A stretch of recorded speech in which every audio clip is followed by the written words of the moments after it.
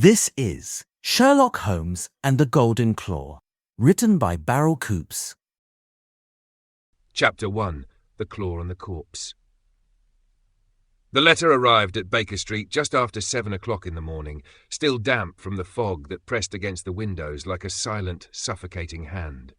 I had risen early, unable to sleep through the incessant clatter of a milk cart on cobblestone and the distant shriek of a train in Marylebone.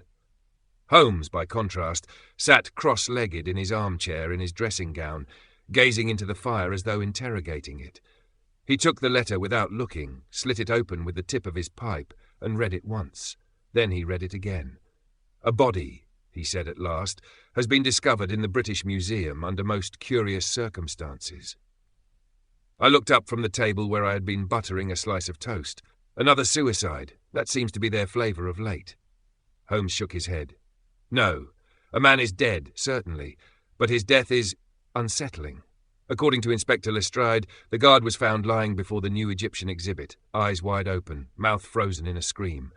No signs of struggle, no marks of poison, no sign of forced entry. Only this, a single gold-plated claw, feline it appears, placed neatly upon his chest. A prank, surely? Perhaps. Or perhaps," he added, rising swiftly and shrugging into his coat, "we are about to embark on a case that straddles the line between myth and murder. Either way, Watson, bring your revolver." By 8 o'clock, we were making our way through the slow-churning tide of hansoms, street vendors, and clerks rushing through Bloomsbury. The fog that day was a thick yellow-grey, coiling low across the streets like a sleeping animal, masking the shapes of children, chimneys, and the looming lions of the museum itself. As we ascended the stone steps, I could not help but notice the tension among the museum staff, who huddled in corners or whispered furiously behind clipboards and plinths. Even the usual stiffness of Lestrade seemed unsettled. "I hope I'm not wasting your time, Holmes," he said, greeting us beneath the grand rotunda, "but I've never seen anything quite like it." He led us through hushed corridors lined with ancient marble and carved hieroglyphs until we reached the Egyptian wing, more precisely, the new Bastet exhibit, still closed to the public. Inside, the air was thick with dust and the cold scent of linen wrappings and old stone. Display cases lined the walls, each illuminated by weak gaslight. Scarabs, amulets, bronze cats, and ceremonial daggers glinted faintly in their glass prisons. And there, lying in a perfect line before the central case, was the body. The guard, a man in his 50s, pale, round-faced and dressed in a museum uniform, lay sprawled on his back, his features locked in an expression of unnameable terror. His pupils were dilated. His mouth gaped so wide I feared the jaw might have dislocated. But what struck me most were the long, precise scratches raked down his throat. Shallow yet vicious, and on his chest, just above the sternum, sat a golden object about 2 inches long, curved, sharp, unmistakably feline. "Cause of death?" Holmes asked. "The coroner says cardiac arrest," Lestrade replied. "Shock. No poison in the blood, no signs of bruising or strangulation, and nothing was stolen, at least nothing of value." Holmes arched an eyebrow and crouched beside the corpse. "Incorrect. What?" Holmes rose and turned toward the large glass case behind the body. It stood nearly 8 feet high, housing an array of items arranged with clinical precision. Small statuettes, bundles of mummified remains, and at the centre an empty velvet plinth. "There was something here," he said, tapping the glass. "See the dust ring? And the impression in the velvet? Something heavy, small, perhaps no larger than a grapefruit. Oval, missing." Lestrade stared. "Well, I'll be—" "That was the centrepiece, wasn't it? Some claw thing?" Holmes nodded. "The golden claw of Bastet, dug up last month in Al-Minya, Egypt, acquired under murky circumstances. A relic?" "More than that," Holmes said. "A funerary talisman belonging to a priestess of Bastet, the Egyptian goddess of protection, women and cats, said to grant visions to those who touch it. Superstition, of course, but enough to attract a buyer with the right appetite." Lestrade sighed. "So a thief broke in to steal a museum artefact and murdered a man with a golden cat's claw?" "No," Holmes said, eyes narrowing. "That's just it. There's no sign of entry. The doors were locked from the inside, the guards rotated on schedule. No broken locks, no shattered glass, and the claw's case was not forced. The seal was relatched from within." "An inside job?" "Unlikely. Unless your thief is an expert in occult history, silent movement, and vanishing into thin air. Holmes turned to me then, his expression thoughtful. Watson, take note of the following. The man's boots are dry, though the outer door shows evidence of recent damp. Suggests he had not been outside since the previous evening. His watch is stopped at precisely 2:17. The skin beneath his nails is unbroken. The claw marks were made with something precise, not torn by hand. He knelt and picked up the golden claw with a gloved hand, turning it in the light. It glittered like a sunbeam caught in amber. "Ah," he murmured, "hollow. And look, residue inside. Wax, possibly ink. This is no real claw. It's a forgery." "A calling card?" I asked. "Perhaps, or a warning." An hour later we stood in the museum director's office, where a nervous man named Mr. Carrington offered tea with shaking hands. "I don't believe in curses," he said flatly, "but some of my staff do. The claw was not meant to leave Egypt. They say the last man to touch it went mad." "Who recovered the artefact?" Holmes asked. Carrington frowned. "A Dr. Alfred Penmore. He led the dig near Alminia, sponsored by the Havisham Antiquities Trust. But Penmore never returned. His journal was found in an abandoned tent. The locals say he disappeared, presumed dead." Holmes paced slowly. "And yet his name appeared in your shipping manifest last week." Carrington stiffened. "That must be a clerical error. Or someone is using his name." The director paled. "Surely not." "There is no surely in murder," Holmes replied. "Only motive, method, and means. This theft is not about money. It is ritualistic, deliberate, and whoever took the claw may kill again." That evening, we returned to Baker Street. Holmes, uncharacteristically silent, busied himself with a microscope and a drop of wax scraped from the false claw. I read the Evening Standard, which had already caught wind of the mystery and dubbed it The Curse of the Golden Claw in bold Gothic type. At length, Holmes lit a cigarette and leaned back in his chair. "It is not the theft that intrigues me, Watson. It is the fear. That guard died of absolute paralyzing terror, not poison, not trauma, fear alone. You believe he saw something?" "I believe," Holmes said quietly. "He believed he saw something." He rose, moved to the window, and gazed out over the fog-shrouded street. Lamps glowed like fireflies. Somewhere below, a cat yowled. Bastet was worshipped as both protector and avenger, gentle as a mother, or merciless as a panther. The stories say her talisman was meant to pass judgment on those who disturbed her rest. I scoffed. "You cannot possibly believe." "I believe," he said, "that someone very much alive is using the myth to mask something far darker." He turned, eyes sharp as glass. "Watson, cancel tomorrow's appointments. We are going to pay a visit to Lord Havisham." Chapter 2. A Whisper from Egypt. It was a chill morning when we arrived at Havisham House, a sprawling estate nestled just off Portland Place, whose pale facade seemed permanently at odds with the soot and smoke of London. Fog lay across the hedges like gauze over a wound, and a single crow watched us from the bare branches of a hawthorn tree as we were admitted through tall wrought-iron gates.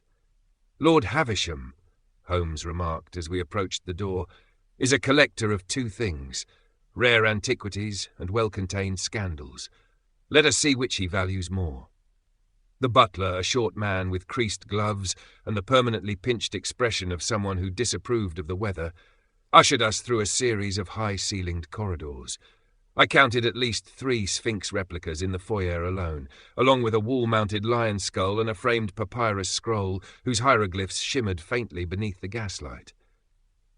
It was a home more like a tomb. We were shown into a study lined with mahogany bookcases and the scent of cedar oil.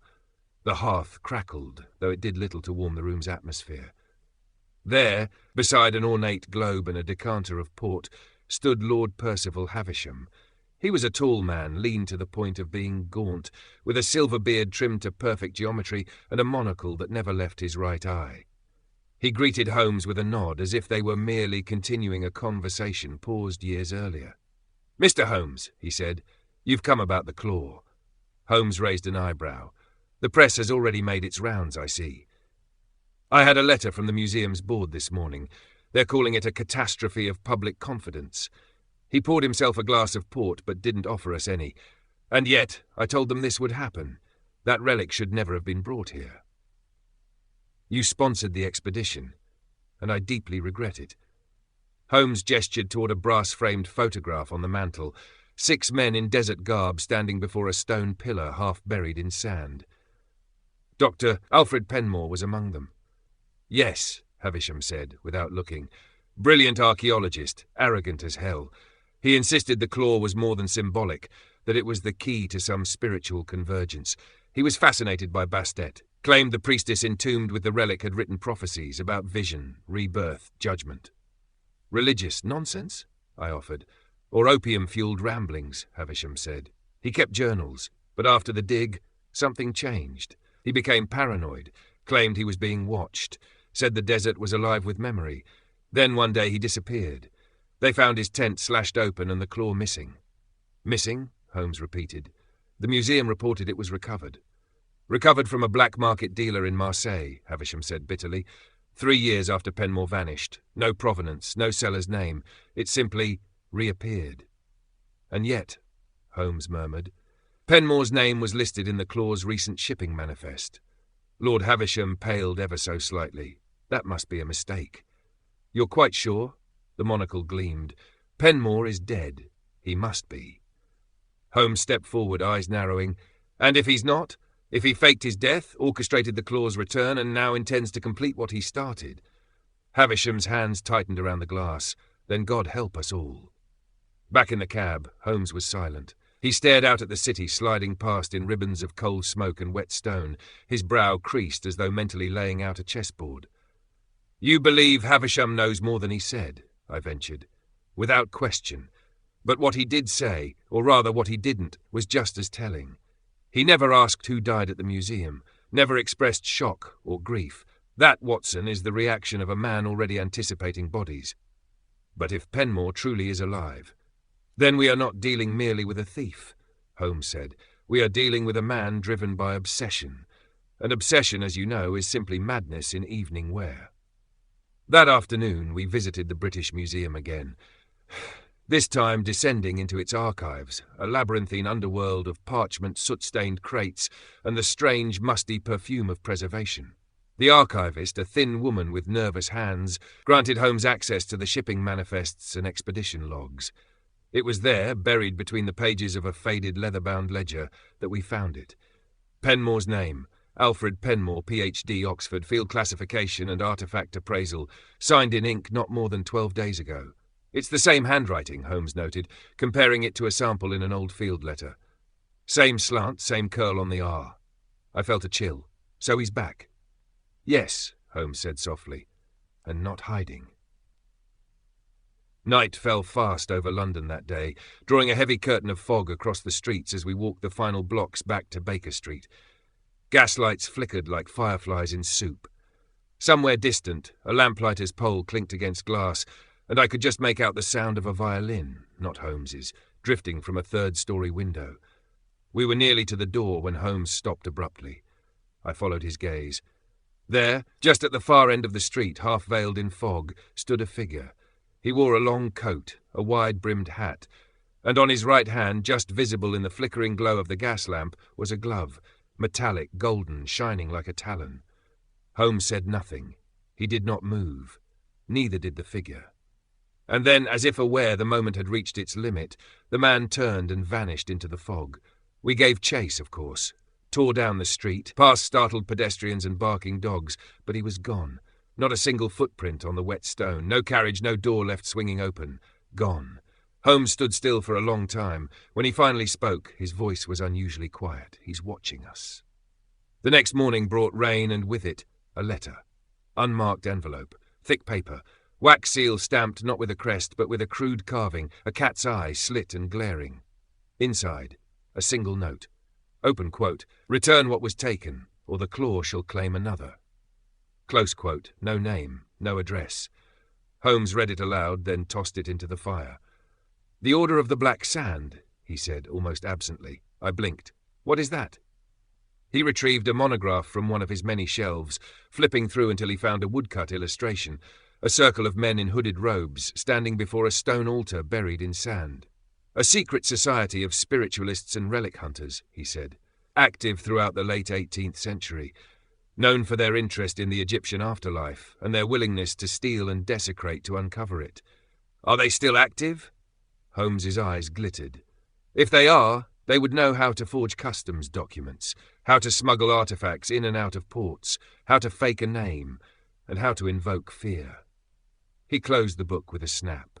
We need to speak with someone who knows them, and I know just the woman. At precisely 7 o'clock that evening, we arrived at the Blue Lotus Club, a clandestine parlour on the edge of Soho, known for its mixture of perfume, poetry, and questionable affiliations. The scent of jasmine hit us first, followed by smoke, perfume, and the low hum of strings.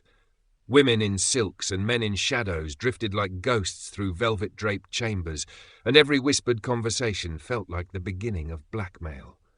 We were shown to a back room, where she awaited us.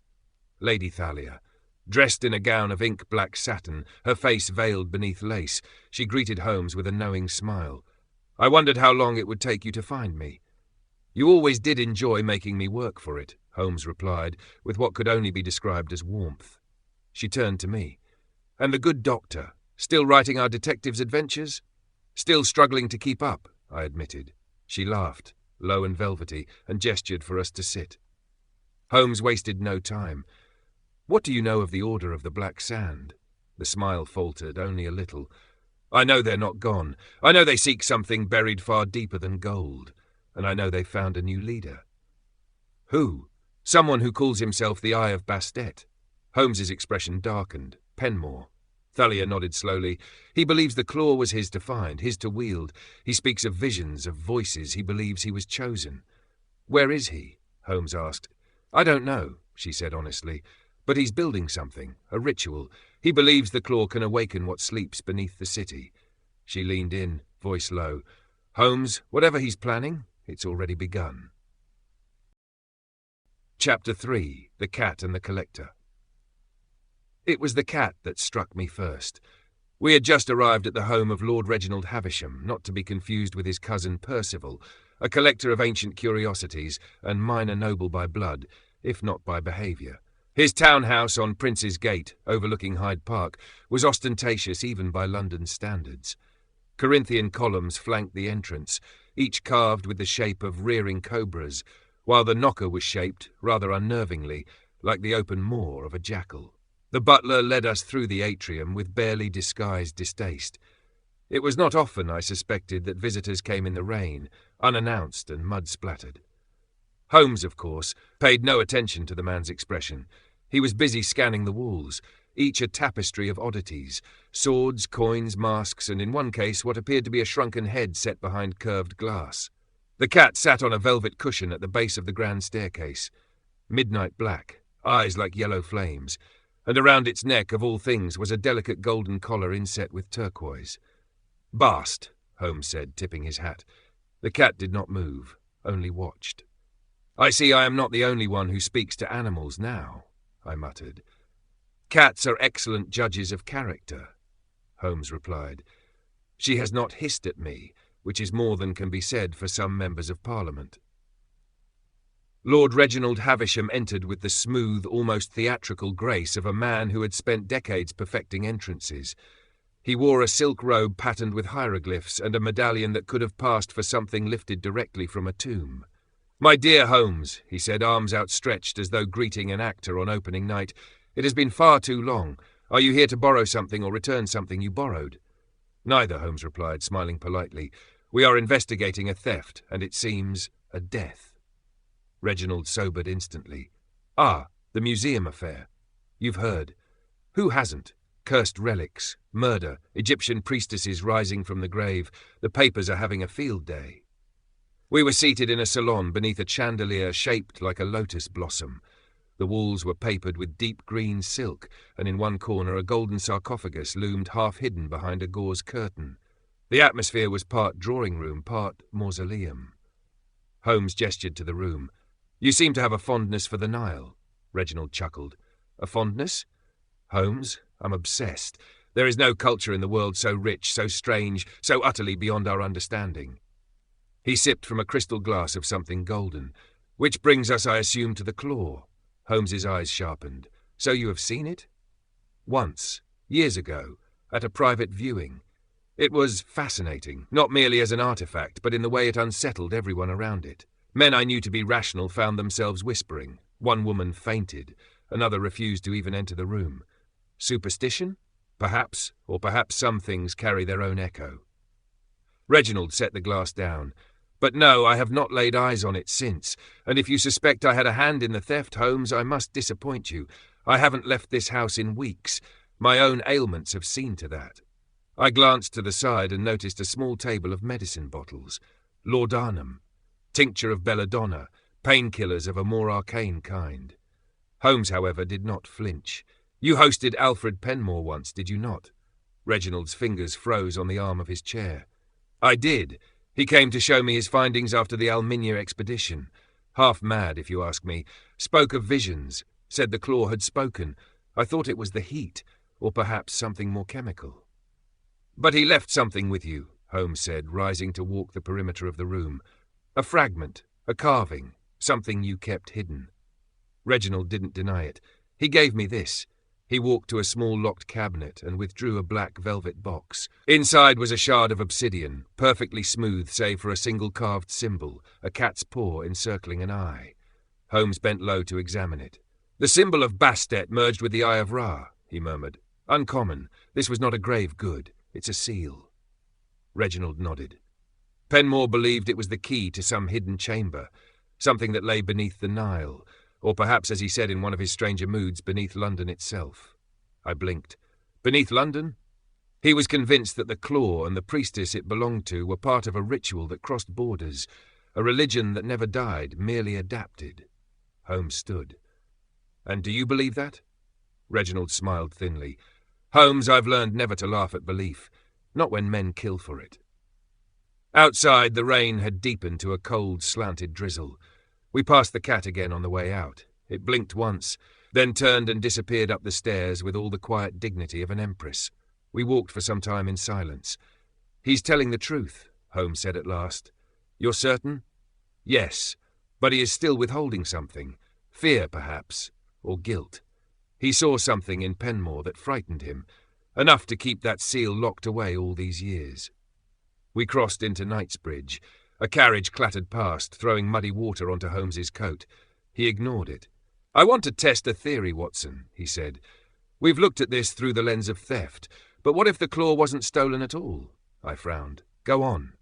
What if it was taken, deliberately, by someone with rightful claim, or someone who believes they have it? A ritualist, an initiate, a zealot. And Penmore is the zealot. Yes, but he's not working alone. We arrived home to find a visitor waiting. She stood by the fireplace, warming her gloved hands, her face hidden beneath the hood of a travelling cloak soaked through with rain. Holmes, she said as he entered. He's gone too far this time. Holmes blinked. Miss Odetta. She pulled back the hood, revealing a face I remembered vaguely from years past. Sharp cheekbones, eyes like tarnished silver, and the kind of stillness that made even silence seem intentional. He tried to contact the Order, she said. He wants their help, but not to hide, to enact something. What? A binding. The old kind, Egyptian magic dressed in symbols. He's using the claw as the focus. I stepped forward. But what does he want to bind? Her eyes met mine. Something that isn't dead. Holmes stood absolutely still. Where is he? I don't know, she replied, but I have something that might help. From her cloak she withdrew a small book, cloth-bound, scorched along the edges. This is Penmore's journal, or part of it. He entrusted it to me years ago, in case he didn't return. I never meant to read it. But now, she handed it to Holmes. He opened it slowly, and we leaned in to read. Open quote. London breathes through cracks. Its skin is stone, but beneath it runs the memory of older things, buried gods and sleeping queens. I saw her in a dream. Her eyes were fire, her hands were claws. She showed me what lies beneath the city's heart. The chamber is ready. The claw shall awaken her. Close quote. There were diagrams, spirals, circles, ancient runes paired with what looked like sewer schematics. Holmes closed the book. Watson, he said quietly, we are not merely chasing a madman. We are racing a ritual. That night, Holmes stood at the window long after the fire had died. Outside, the fog hung low and thick. I was about to suggest sleep when Holmes spoke, voice low. Have you ever heard of the Mithraeum? I frowned. The Roman temple beneath Walbrook?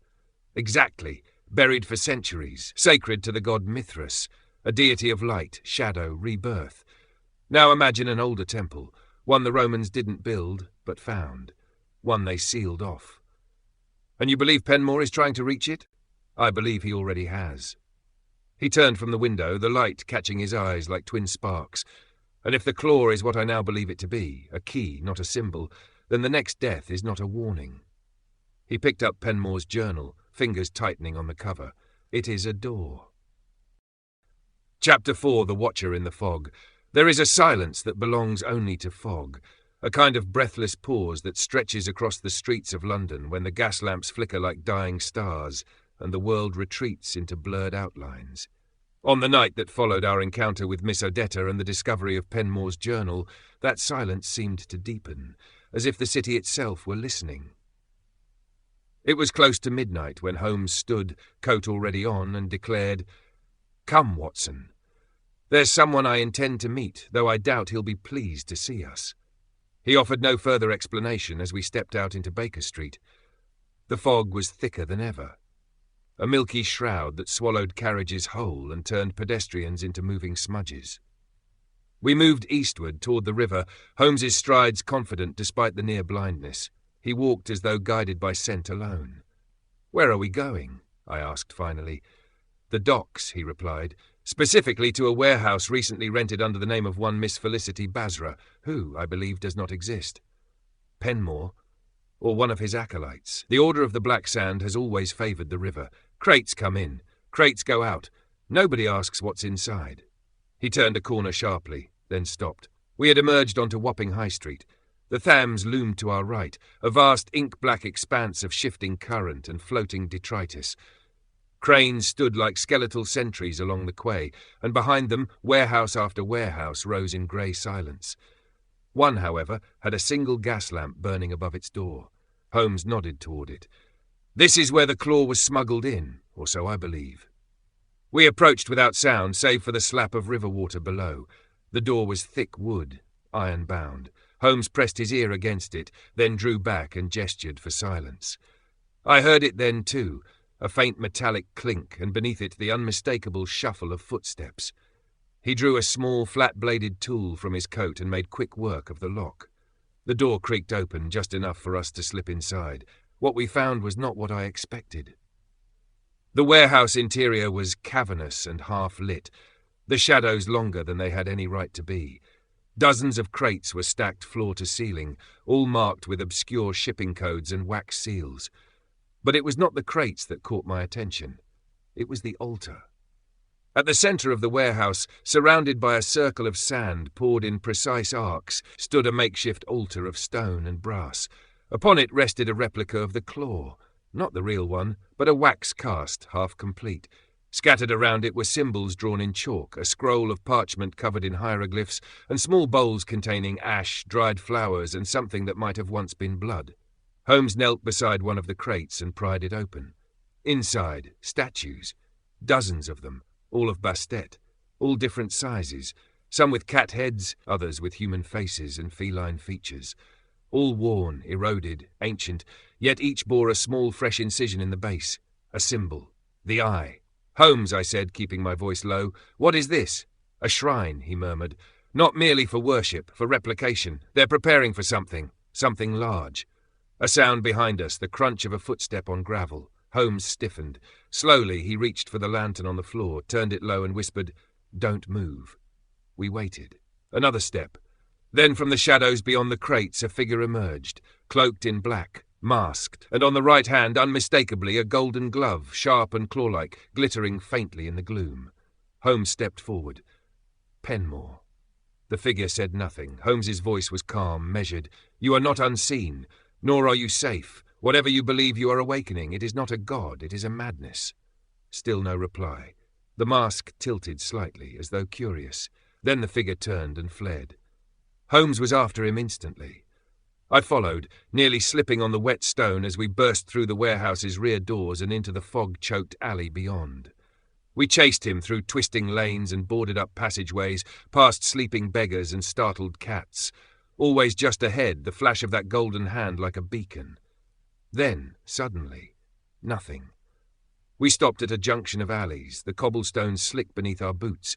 No sign of movement, no sound but our own breathing. "He's gone," I said, gasping. Holmes didn't answer. He was staring at the wall. And then I saw it. Scratched into the brick in hurried strokes, half hidden by grime and soot, was a single word: awakening. We returned to Baker Street just before dawn, soaked and silent. The fog was finally lifting, giving way to the soft greys of morning. Holmes lit the fire and set the wax claw cast we had taken from the warehouse onto the mantel. "He wants to be seen now," Holmes said. "That much is clear. Penmore is no longer hiding. He believes himself a prophet. And the golden glove? A symbol, power perhaps, a way to mimic Bastet, to transform himself in the eyes of his followers. Do you believe he truly has followers?" Holmes turned to me. "Watson, we've seen their work, the altar, the symbols. This is not the madness of a lone man. This is organized, coordinated, and it is growing." He stared into the flames. "I fear we are not early. We are late." The next day brought an official report from Inspector Lestrade. Another murder, this time in Limehouse. A sailor recently returned from Cairo found dead in his lodgings. No signs of forced entry. No signs of robbery. Only one clue, scratches across the throat, and a gold-plated claw placed beside the body. Holmes read the report in silence. Then, he was involved in the smuggling. Probably helped bring the claw in, a liability. "You think Penmore is tying off loose ends?" "No," Holmes replied. "I think someone else is." We went back to the British Museum, but this time not through the main entrance. Holmes had arranged a meeting with Professor Elspeth Marwick, curator of ancient ritual practices. She was a small woman with ink-stained fingers and an expression of perpetual urgency, as if always 10 seconds from remembering something important. "Holmes," she said as we stepped into her study, "I've been expecting you. The claw wasn't just sacred, it was catalytic." "Explain." Marwick set a scroll on the desk and unrolled it carefully. "The priestess it belonged to, Neferu Aset, was exiled from Thebes for practicing forbidden rites. She believed that Bastet was not merely a goddess of protection, but of resurrection. The claw, she said, could open the second eye, a gateway between realms." Holmes frowned. "Literal or symbolic?" Marwick shrugged. "The Egyptians rarely made the distinction, but listen to this." She read aloud, open quote, "When the second eye opens and the claw finds its true bearer, the tomb beneath the city shall breathe again, and those who wait in shadow shall rise in her name." Close quote. Watson and I exchanged glances. "Beneath the city," Holmes murmured. Marwick nodded. "London sits atop layers, Roman, Saxon, older still. But there are rumours of a pre-Roman structure, something older than Mithras, something no one's dared map." Holmes closed his eyes. "He's going to try to find it." That night, we returned to the warehouse. It was empty. Every crate, every statue, the altar, gone. Only one thing remained, a smear of blood across the floor, and scratched into the stone beside it, another word. Tonight. Chapter 5. The Order of the Black Sand. The moon rose behind a veil of shifting clouds, casting fractured light over the soot-stained rooftops of Whitechapel. It was a gibbous moon, bloated and distorted, and Holmes had remarked as we passed beneath it that its shape was not unlike a cat's eye watching from above. It was nearing midnight, and the city had drawn into itself. Gas lamps hissed through the fog, carriage wheels clattered in the distance, and alleyways seemed to fold inward with every step we took. We were heading toward the edge of Spitalfields, where the old slaughterhouses gave way to derelict tenements and soot-blackened brick. Here even the constables walked in pairs, and tonight Holmes and I walked alone. "We're being watched," he said quietly as we passed beneath a rusted iron arch that once bore the name of a long-forgotten tavern. "How can you tell?" "Because the hairs on my neck have stood up 3 times since we crossed into this district. Once by the butcher's shop, again at the corner where the woman in red passed us, and now here." I scanned the shadows but saw nothing. Then again, in this part of London, invisibility was not difficult to achieve. Holmes stopped before a boarded-up chapel, its iron cross bent, windows long since shattered. A faint sigil had been chalked on the door, a spiral encircling a downward-pointing claw. "The Order of the Black Sand meets here?" I asked, eyeing the decaying structure. "Not officially," Holmes murmured, "but their meetings are rarely listed in the Times." He tapped twice on the left panel of the door, then once on the right. We waited. Then a groan of ancient hinges, and the door opened into darkness. Inside, the air was thick with incense and damp wood. A single corridor stretched ahead, lit only by a string of oil lamps fixed to the crumbling walls. Their flickering light danced across faded religious murals, saints with peeled eyes and angels turned to shadows. It was a place abandoned by God, yet fiercely claimed by something else. A man appeared at the end of the corridor, tall, robed in black, face hidden behind a silver half-mask shaped like the head of a cat. His voice, when it came, was dry as parchment. "State your purpose." Holmes bowed slightly. "We seek knowledge, we seek protection, we seek her light." A pause. "Then enter." We followed him down a spiral stairwell, deeper into the bowels of the chapel. The air grew colder, the stones slick with condensation. At last we emerged into a chamber unlike anything I had seen before. It was circular, domed, with stone benches running along the walls in perfect symmetry. In the centre stood a raised dais of jet-black marble, upon which burned a brazier filled with dark sand.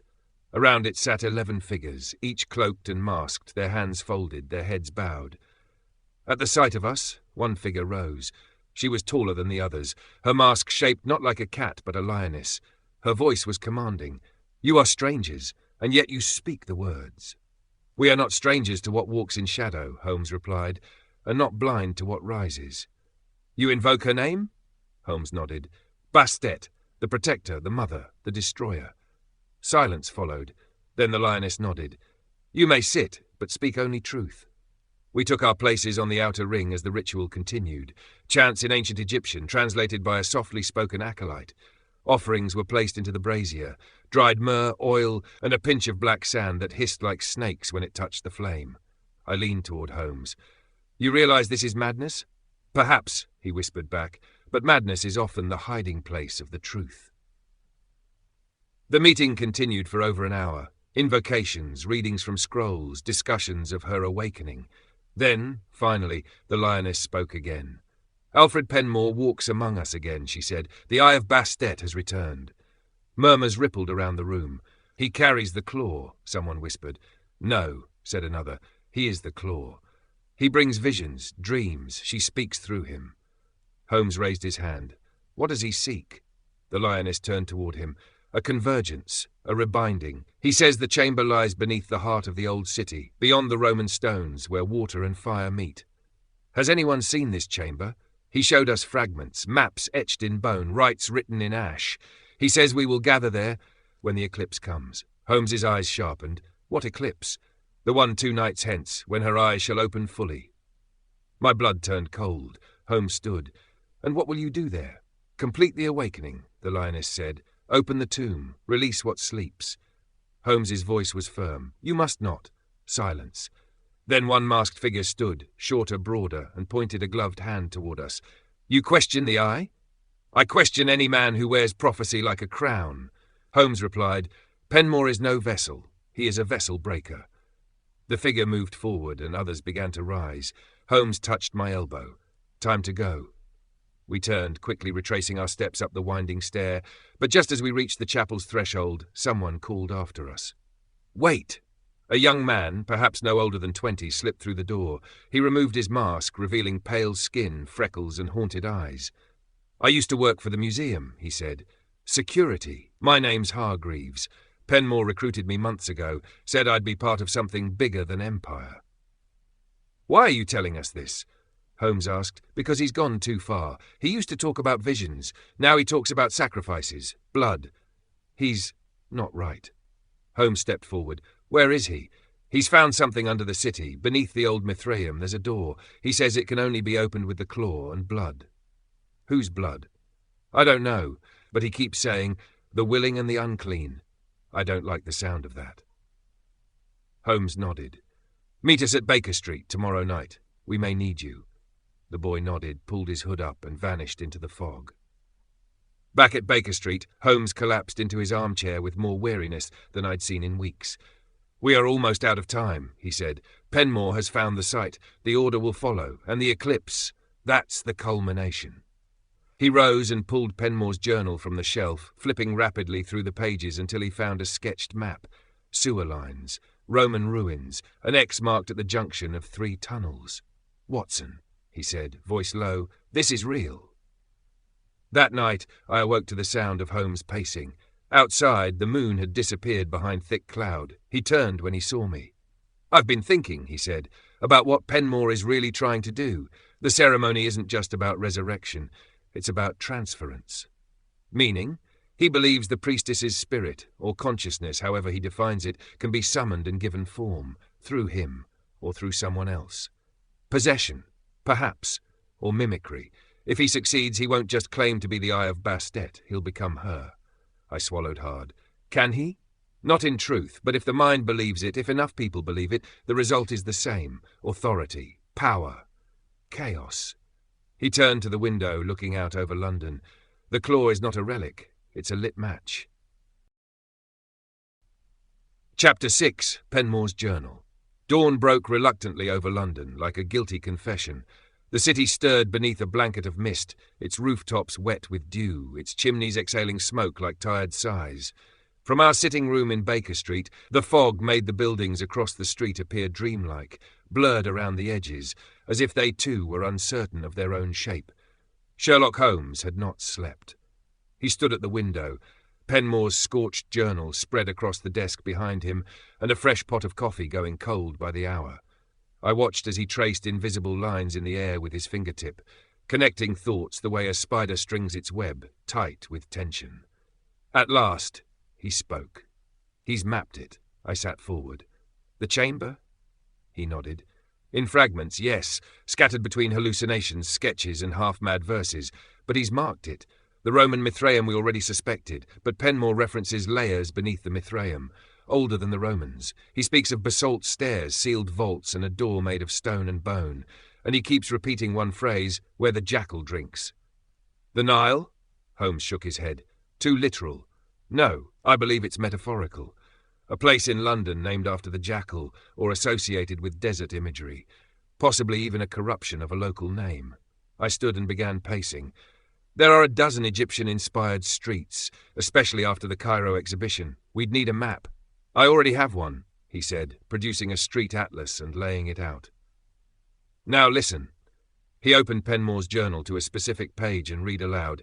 Open quote, "She lies beneath the place of crossing, where flame meets river, the bones of the city, where the jackal drinks and the claw weeps salt." Close quote. "Flame meets river," I repeated. That could mean the gas lines intersecting with the sewer tunnels. Holmes tapped the map. "And there's only one place in central London where the gas lines, the old Fleet sewer, and the abandoned Roman foundations all overlap. Here." He circled it in ink. "Cripplegate." We reached Cripplegate just past midday, disguised in workmen's coats and carrying forged documents. Holmes had prepared the previous evening. The street was a forgotten part of the city, sandwiched between new bank buildings and derelict warehouses, where soot clung to every brick and the smell of damp stone lingered even in dry weather. The old sewer hatch Holmes had marked on the map was rusted and overgrown, wedged between 2 buildings that looked on the verge of collapsing into each other. We pried it open and descended into a darkness that smelled of iron, rot, and history. The tunnels were silent save for the occasional drip of water and the scuttling of unseen rats. We carried lanterns, their flickering light drawing distorted shadows along the curved brick walls. As we passed beneath arches blackened by soot and centuries of grime, I could not shake the feeling that we were being followed. Holmes moved swiftly, consulting the map and the journal's sketches. After nearly an hour, we came to a sealed doorway. It was Roman in design, unmistakably, but newer stone had been added around the edges.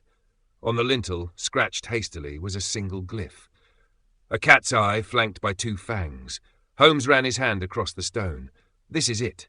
There was no lock, no handle, just a circle at the centre of the door, empty. Holmes withdrew the wax replica of the claw we had taken from the altar at the dockside warehouse. "Let's test a theory." He pressed the claw into the circular indentation. It fit perfectly. A low rumble began, stone grinding against stone, and the door sank inward with a shudder. A blast of cold, dry air hit us. The smell was ancient, preserved. We stepped inside. The chamber was vast, carved directly into the bedrock, its walls smooth and curved like the inside of a giant egg. Along the edges stood statues, not Roman, not even Egyptian in the classical sense, but something older, more primal. Cat-headed figures with open mouths and elongated claws. Beneath them, niches carved into the rock held offerings, cracked bowls, petrified flowers, bones long fossilized. At the center of the room lay a raised dais. Upon it, the real golden claw. It sat alone. No case, no guards, just resting atop a square of red silk. Holmes approached cautiously. "I believe," he whispered, "we've found the tomb." But the word didn't feel right. There was no sarcophagus, no burial relics, no inscriptions.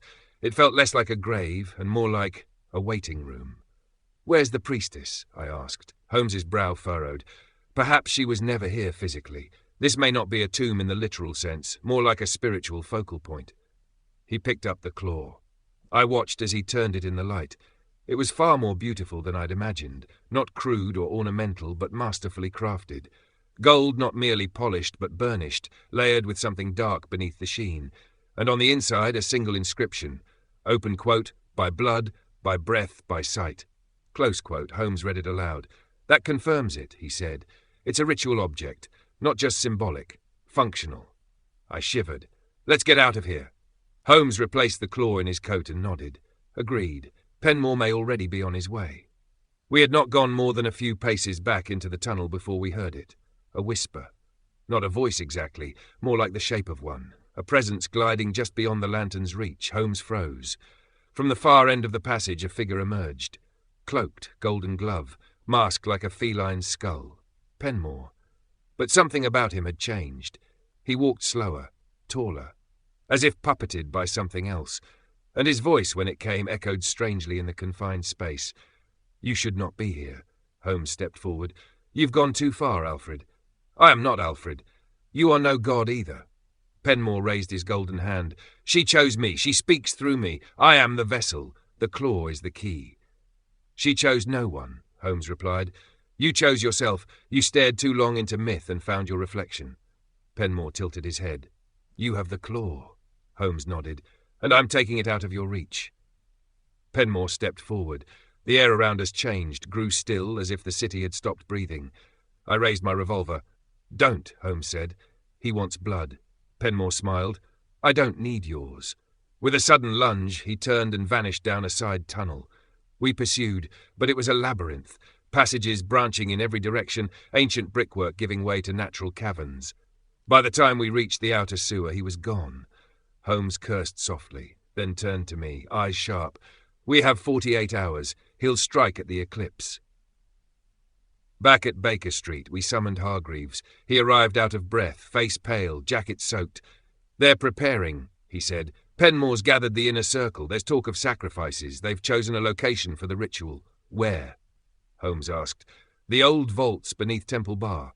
"Perfect," Holmes murmured. "An ancient crossing point, the gateway to the city, symbolic." "They've drawn symbols across the floor, laid out bones, burned incense. The brazier's ready." Holmes handed him the claw. "Take this. Hide it somewhere he cannot find it." Hargreaves's eyes widened. "Why me?" "Because he won't suspect you." The boy nodded, tucked the artefact beneath his coat, and vanished into the rain. Holmes watched the door long after it closed. "Do you trust him?" I asked. "I trust that Penmore doesn't." He poured himself a glass of brandy. "Tomorrow night," he said, "we descend into the vaults, and we end this." Chapter 7. A Room Full of Dust. The vaults beneath Temple Bar were older than the city remembered, older even than the bar itself, which had once marked the western boundary of the City of London, before time and soot buried it beneath stone and silence. Few alive could say exactly how deep the catacombs went. Fewer still had descended them without reason to fear. On the night of the eclipse, Holmes and I stood outside a rusted service gate behind the old courthouse, cloaked in darkness. The air was tense and damp, thick with soot and the oily promise of rain. Above us, the moon had begun its slow retreat behind shadow. Holmes checked his pocket watch. 40 minutes. Until what? Until either Penmore completes his rite, or we stop it. He pulled from his coat a folded diagram, a triangulated sketch of Temple Bar and the hidden catacombs beneath Fleet Street. Symbols from Penmore's journal were etched beside known sewer maps, old Roman footings and forgotten burial vaults. It was a strange and fractured geometry, a map of belief and stone. "There's an access tunnel through here," Holmes whispered, pushing the gate open with a groan. "Come." We stepped into pitch darkness. The city fell away behind us like a closing door. The tunnel narrowed quickly, the brickwork damp with lichen, the mortar weeping cold. Our lanterns sputtered in protest as we ducked beneath arches that seemed to shrink with every step. The only sounds were our own footsteps, and something else. A hum, low, rhythmic, faint, like a chant heard through water. We followed it. We passed rusted rails from an old coal trolley line, then a collapsed wall where Roman brick bled into something older. Bones jutted from broken niches. Someone had carved symbols across the ceiling, not Latin, but the same glyphs from Penmore's journal. I recognized the claw, the eye, the open mouth, and then the tunnel opened into a chamber. Not vast, but high. The ceiling rose like a dome, cracked and soot-stained, and the floor had been swept clean of debris. In the centre stood a circle of ash. Around it, bowls of myrrh, salt, and petals so black they appeared velvet. But it was what stood in the circle that made me stop short. A man, or rather, the idea of one. He was tall, cloaked, face hidden behind a golden mask of bastet, fangs bared, ears back, eyes hollow. And behind him, against the far wall, a second figure knelt, gagged, bound, and shaking. Hargreaves. Holmes stepped forward. "You fool." The masked man removed the claw from his robe. The real one, the artefact we had entrusted to Hargreaves just a day prior. Holmes cursed. He never hid it. Penmore spoke at last. His voice was deeper than I remembered, cold, not theatrical, not mad, but calculated. He brought it to me willingly, as all things come to her.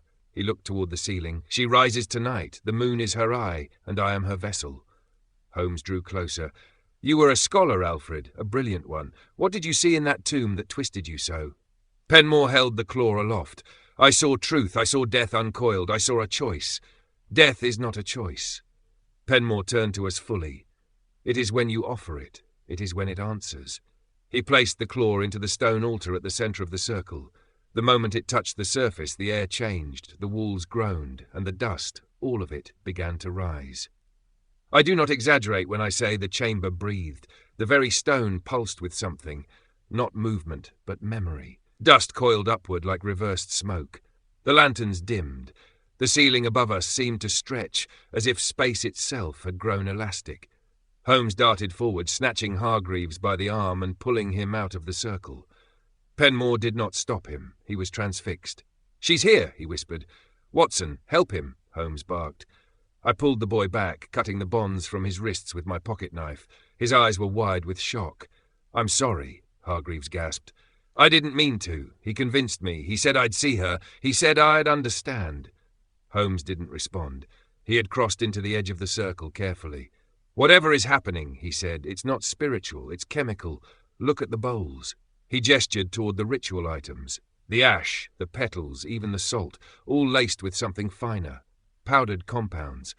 "Hallucinogenic," he muttered. "He's drugged himself. Perhaps even the air. That's why the dust is rising. Heat reacting with the oils." I stared. "But the symbols. The temperature. Yes, but not supernatural. Induced." Then the ground shook. Slightly. Just once. Holmes blinked. Or not entirely. From behind the altar something emerged. At first I thought it was part of the wall. A carved statue, perhaps. But then it moved. A door, previously indistinguishable from the stone, ground open with a tremble of ancient hinges. The air pouring out was colder than anything I had ever felt. Not just cold in temperature, cold in intent. Holmes stepped back. Penmore fell to his knees. "She returns," he breathed. "No," Holmes whispered. "You are bringing her." From the dark within the stone doorway came sound, wet, rhythmic, almost like footsteps, but slower, burgeoning, then a voice. Female, low, dry as bone dust. Open quote, "I was not finished," close quote. Penmore collapsed, tears streaming from beneath the mask. Holmes turned to me, eyes wild. "We must stop this, now." He crossed the circle, reaching for the claw, but Penmore lunged, catching his wrist. "No, she chose me! I am her voice!" Holmes slammed his fist into Penmore's temple. The man dropped. I grabbed the claw, and the voice inside the vault screamed. The chamber buckled. The dust collapsed. The stone door began to close again, not by mechanism, but by force of will, as though whatever lay behind it had recoiled. Holmes pulled me back, claw in hand. We fled. Hargreaves stumbled behind us, dazed. The chamber groaned like a beast wounded. And then silence. As we reached the upper corridor, a gust of wind blew past us, not natural. It carried with it the scent of old myrrh, of dried blood and long-forgotten prayers. Holmes sealed the door behind us with iron wire and pitch from the wall. "It won't hold forever," he said, "but it will hold tonight." We returned to Baker Street long after dawn. Holmes threw the claw into the fireplace. It didn't burn, it simply waited. "We can't destroy it," I said. "No," Holmes agreed, "but we can bury it again." He watched the flames flicker. "Then, she wasn't real, Watson." "No." He looked at me, but something was. Chapter 8. Down Among the Dead. By the third day after the eclipse, London had returned to its regular hum. The carts rolled over cobbled streets, milkmen whistled in the rain, and chimneys spat smoke in protest against the oncoming frost. But beneath the surface, beneath the trams and carriages and headlines, something in the city had shifted. There were murmurs in Whitechapel of a golden-eyed ghost. In Soho, a bookseller found a cat statue bleeding from its base, and deep in the archives of the British Museum, 2 scholars resigned with no explanation, leaving only a single word scribbled on parchment: Bast. Holmes sat motionless at the window of 221B, watching the rain draw crooked lines down the glass like veins. "We stopped the ritual," I said gently. "Temporarily," he replied. "You sealed the vault." "Yes, but doors, Watson, are patient things. They outlive locks." He tapped a folded paper against the table. It was an article from the Egyptian Gazette, published years ago. "Do you recall what Penmore said in his journal? The chamber lies where flame meets river, beneath London's bones. But what if that chamber is only one node? A node." He stood, pacing. "I believe there's a network, a connected system of chambers, rites, and relics. The claw was not a one-off artefact. It was part of a set. The priestess was a conduit, not a queen." I blinked. "And now that the claw has been awakened, they'll come looking for the rest." By noon, Holmes had arranged a meeting with Professor Elspeth Marwick, once more at the British Museum. Her study had grown darker since our last visit, blackout curtains drawn, gas lamps burning low. On the desk lay a scattering of Egyptian texts, half-burned candles, and a tray of used teacups. She looked up with red-rimmed eyes. "I was wondering when you'd return," she said. "Something's been happening." She gestured toward a crate by the window. It had been pried open, its contents removed. Inside were straw wrappings, broken plaster, and the remnants of a shattered sarcophagus base. "3 nights ago," she whispered, "someone broke into our sub-basement. They didn't steal anything, at least not anything catalogued, but they left behind a smell, like scorched dust." Holmes moved closer, examining the scene. "They took something undocumented, something that doesn't officially exist."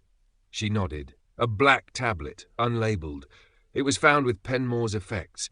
None of us could decipher the writing. It seemed pre-hieroglyphic.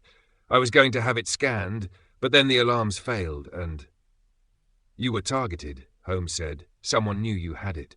Elspeth folded her arms. "Do you think it's the Order?" "I think the Order is now leaderless," Holmes replied. "But someone else is filling the vacuum. Someone we haven't seen yet." He turned to me. "We're going back down."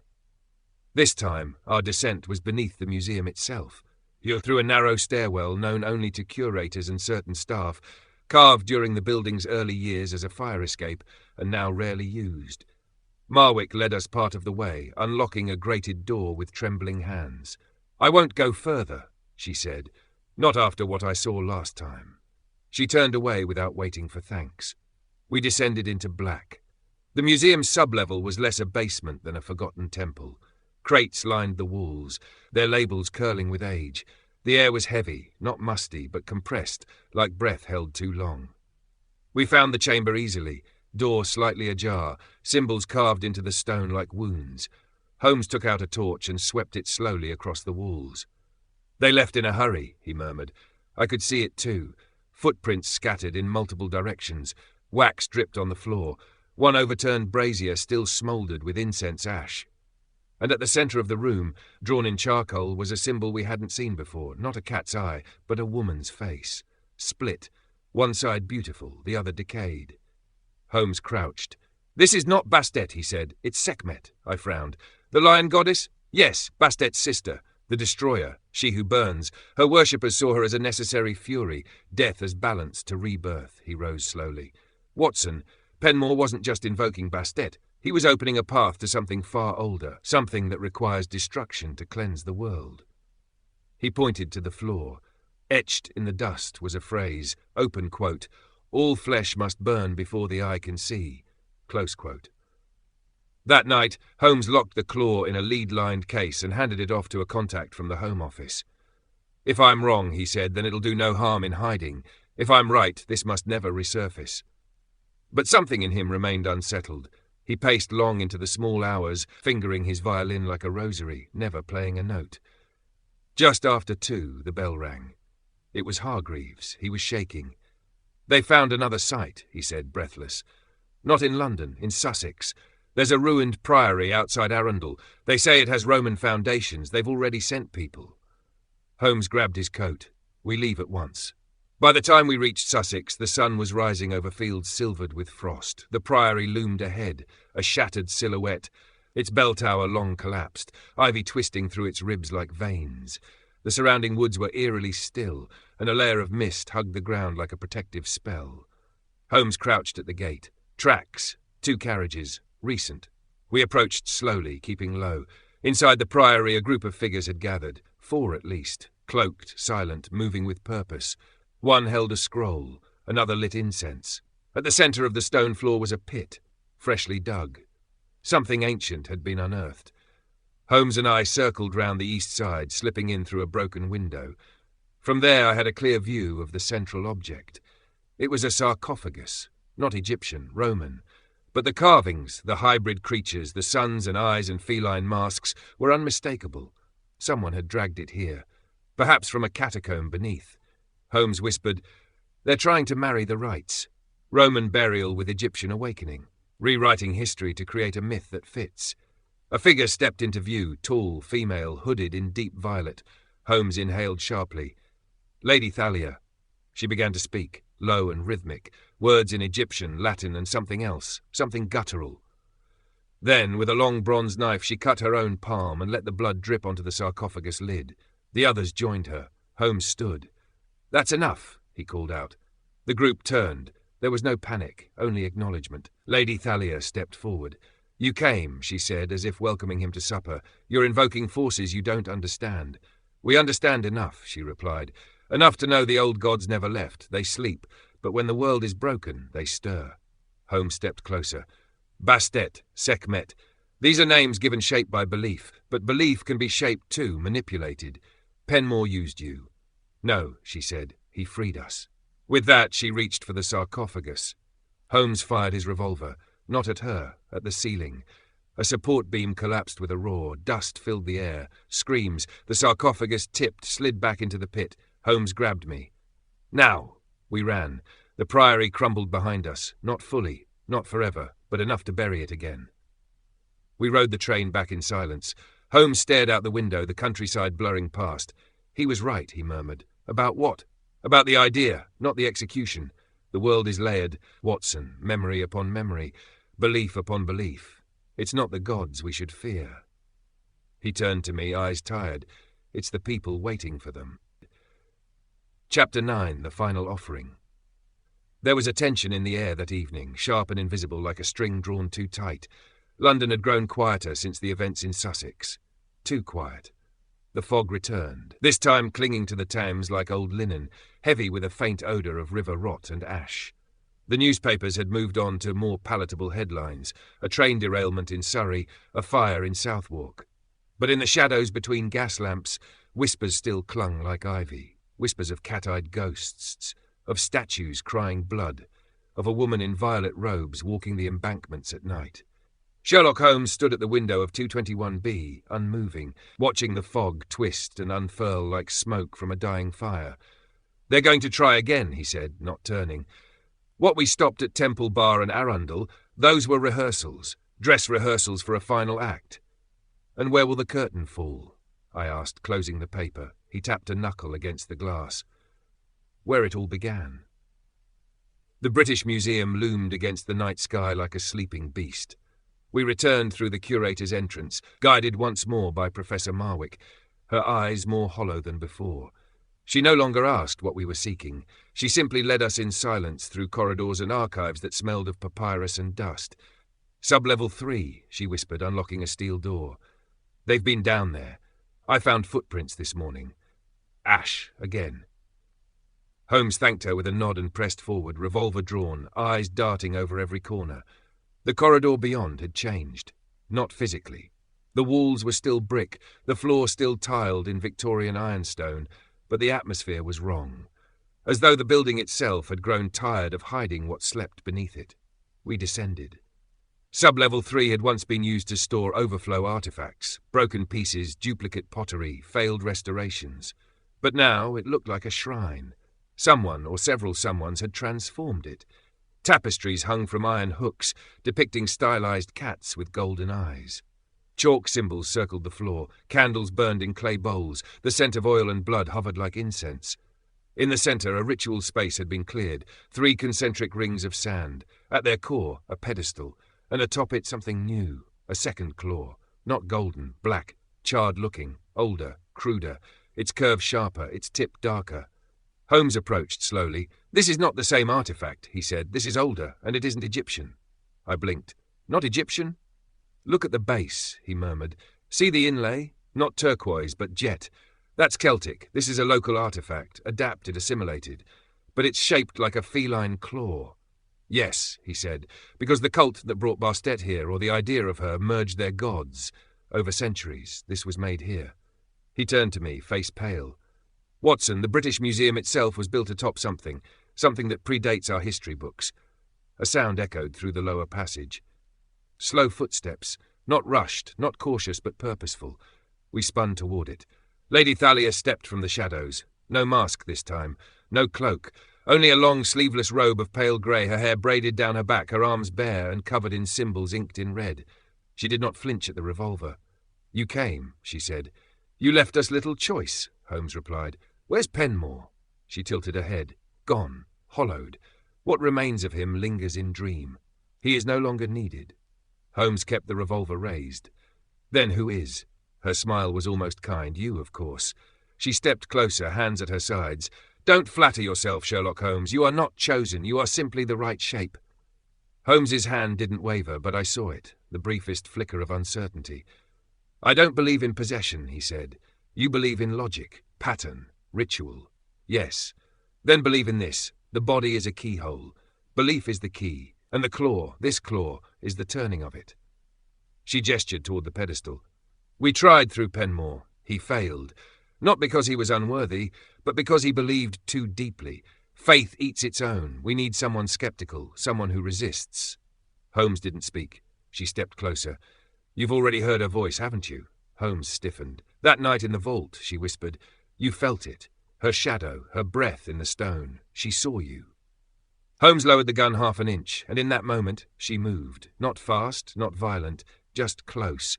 A step, a breath, but it was enough. The room pulsed. The black claw shimmered. Holmes reeled back, grabbing the pedestal, not in reverence, but instinct. The moment his fingers touched it, the air broke. I do not know how else to describe it. The world fractured, not visually, there was no light, no thunder, but in feeling. The air felt thinner, the room tilted, and something beneath the floor stirred. Holmes dropped the claw.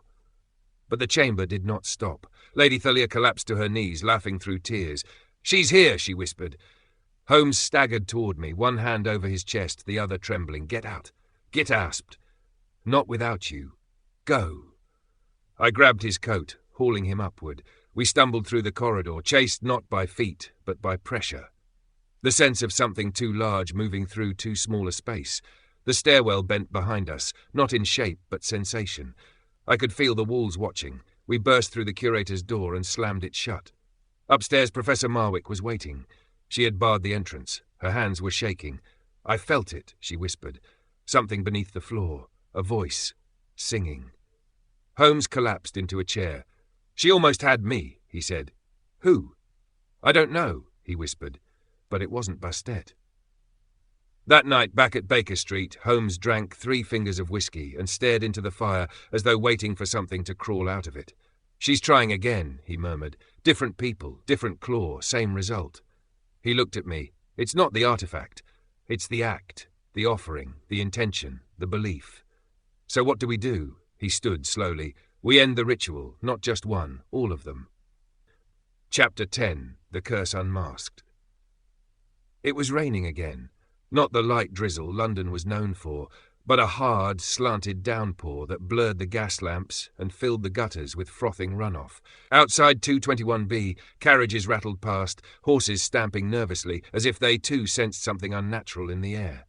Inside, Holmes stood in silence, his overcoat dripping onto the floor, his gaze fixed on the black claw sealed beneath a glass bell jar. We had returned from the museum in silence. Professor Marwick had vanished into the archives, claiming she needed distance. Lady Thalia had disappeared, leaving only a smear of blood on the museum floor where she'd collapsed. And Holmes had not spoken since we crossed the threshold of Baker Street. Now at last he stirred. "It's not just about the claw," he said. I looked up from my notes. "No? It's about the idea of the claw, the story, the ritual, the act of offering. That's what makes the door open." He turned, gesturing toward the bell jar. "We thought this was an object, a relic, but it's a trigger, a conductor. The true artefact is the ritual itself." He paused, "and I fear I've become part of it." At dawn, we received a visitor. Inspector Lestrade, soaked to the bone, a wax-sealed envelope clutched in one hand. "I thought you'd want to see this," he said, handing it over. Holmes broke the seal. Inside, a folded map of London, smudged with what looked like soot. Several locations were marked in red. Beneath them a single line, open quote, "The eye will open when the 7 mouths are fed." Close quote. Holmes stared at it for a long time. Then he placed the map on the hearth and set a match to it. "We're not playing their game." Lestrade blinked. "What do you mean, their game?" Holmes stood.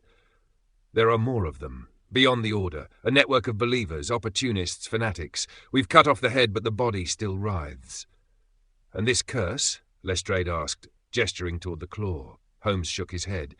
"There is no curse, only belief, wielded like a weapon." He picked up a newspaper from the desk, the Evening Standard, and read the front page. Open quote, "Mummified child found in Hackney flat, police baffled." Close quote, another offering, another act of devotion. I felt a cold shiver down my spine. "They're accelerating," I said. Holmes nodded. "They think she's awake." That evening we met Professor Marwick in a borrowed basement beneath the Royal Institute of Antiquaries, a dusty, vaulted chamber filled with crates, soot, and the smell of moulding books. She looked pale. "They're searching for the final site," she said. "I intercepted a letter between 2 collectors. It mentioned something called the 7th mouth." Holmes leaned in. "The 7 mouths refer to convergence points," she explained, "places where ancient roads, waterways, or lines of power intersect. There are 6 already known. The 7th is speculative, hidden beneath the old city, beneath St. Magnus the Martyr Church." Holmes didn't flinch. "Of course," I frowned. "Why there?" "Because," Holmes said, "it lies where the Roman crossing once met the old river path, where the fleet met the Thames, the original mouth of London." He stood. "We end this tonight." St. Magnus the Martyr stood silent in the fog. Its steeple rose like a finger against the night, its stone damp with centuries of rain. The surrounding streets were empty, the city holding its breath. We entered through a side door Holmes had unlocked with a skeleton key. The nave was empty, lit only by flickering candle stubs someone had left burning. As we descended into the crypt, I could feel it, the pressure, as if the very walls resisted our passage, and then we found them. 6 figures in dark robes, kneeling in a circle around a 7th claw, smaller, older, cruder than the others. This one was carved from stone, blackened with age. They did not move as we entered, did not speak. Lady Thalia knelt at the centre, but something had changed. Her eyes were open, glowing faintly in the low light. Holmes approached. "No more," she smiled, slowly, without malice. "You cannot unmake what was offered." Holmes stepped forward. "I'm not here to unmake, I'm here to reveal." He held up the first claw, the golden one, then the black claw, still sealed in its lead-lined case. Finally, he placed them both beside the stone claw. 3 offerings, 3 triggers. "Do you see?" he asked, voice low. They're not divine. They're designed, sculpted, forged. He pointed to the stone one. This was carved in Gaul. This one, he tapped the black one, in post-Roman Britain. And the golden one, 18th century forgery made by a French occultist named Valère Giraud. I found the ledger. He turned to the robed acolytes. You've built your belief around a lie. Lady Thalia didn't flinch, and yet she answers. Because you feed her, Holmes snapped. You create the ritual, offer the blood, chant the words, and call her into being. You bring her shape from your own fear. He drew his revolver and fired into the golden claw. It shattered. The light in the room died. A sound followed, low, dry, echoing not in the air but inside us. A voice. Open quote. You break the eye, you blind the watcher. Close quote. Lady Thalia screamed. The walls began to groan. The crypt shook. Dust rained from the ceiling. A fracture split across the stone floor. Holmes turned to me. The ritual is breaking, but we must finish it. How? Reverse it. An offering of truth. A counter-symbol. He drew from his coat a small notebook. Penmore's journal. This was his madness, but also his record, his flaw. He tore the final page from the journal and threw it into it forming at the crypt's centre. Then he stepped forward. I offer what was taken. I return the voice, the witness, the man you hollowed. He placed the black claw into the fissure. There was no flash, only silence. Then the acolytes collapsed, not dead but unbound. Their masks cracked. Lady Thalia fell last, eyes closed. The crypt grew still. Later, as the fog lifted over the city, we stood at the edge of the Thames. Holmes tossed the final claw into the river. We watched it sink without a ripple. Do you think it's over? I asked. Holmes shook his head. No, but we've given the city a pause. A breath. He turned to me. Superstition is a poison, Watson, but it's also a cure. What matters is who controls the dosage. Epilogue. The case closed. The papers reported a fire beneath St. Magnus. The museum quietly closed its Egyptian wing for restoration. Lestrade filed a report citing a deranged sect and chemical hallucinations. But the public never knew. They never saw the symbols, never heard the voice in the stone. And perhaps that was best. As for Holmes, he returned to his violin, to his pipe, to his endless clippings pinned on the walls of Baker Street. But sometimes, when the wind turned east, I'd see him pause, as if listening, waiting, because some doors close quietly, and others only seem to. This was Sherlock Holmes and the Golden Claw, written by Beryl Coops. I hope you enjoyed my short story. Please hit the subscribe button so you don't miss the next one. I have written over 500 short stories over the years under many pen names. I will be updating these and recording them under the Beryl Coops name. I will be listing them on YouTube as fast as we can get them recorded. They will include historical drama, humor, adventure, romance, period drama, mystery, thriller, war stories, spy stories, revenge, horror, psychological horror, dystopian, disaster, children's stories, love stories, and more. Too many to name. Something for everyone. If you enjoyed this story, please give it a thumbs up. It helps others find my channel. Until next time, thank you for listening to the end.